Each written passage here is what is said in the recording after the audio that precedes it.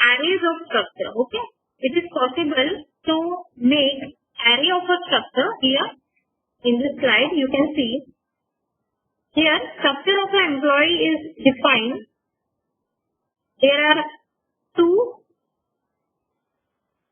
fields in structure, that is number, employee number maybe, which is indicated by NO, and balance of employee. Okay, so here when structure variable is created, here you can see instead of creating a single variable, array of variable is created.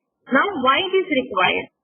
Since in the last program we have seen we have taken the data from user for only one student only. Okay, but now when we want that more than one student data is to be stored, in that case for more than one student data, that data is of type, similar type, right? We want to store the data of a 10 student, that is the name, roll number and marks. Okay, so for 10 students we want, so we can create array of structure for storing that data. Here in this case, 10 employees data can be stored. Here employee number as well as the balance of the employee can be stored. Okay, so 10 employees we want 10 employee data to be stored in a structure, so we can create array of structure for storing that data. Okay, so here is the memory map. You can see here how the data is stored. Data is stored in sequential manner only. Here you can see A of 0 dot number consists of data of first employee.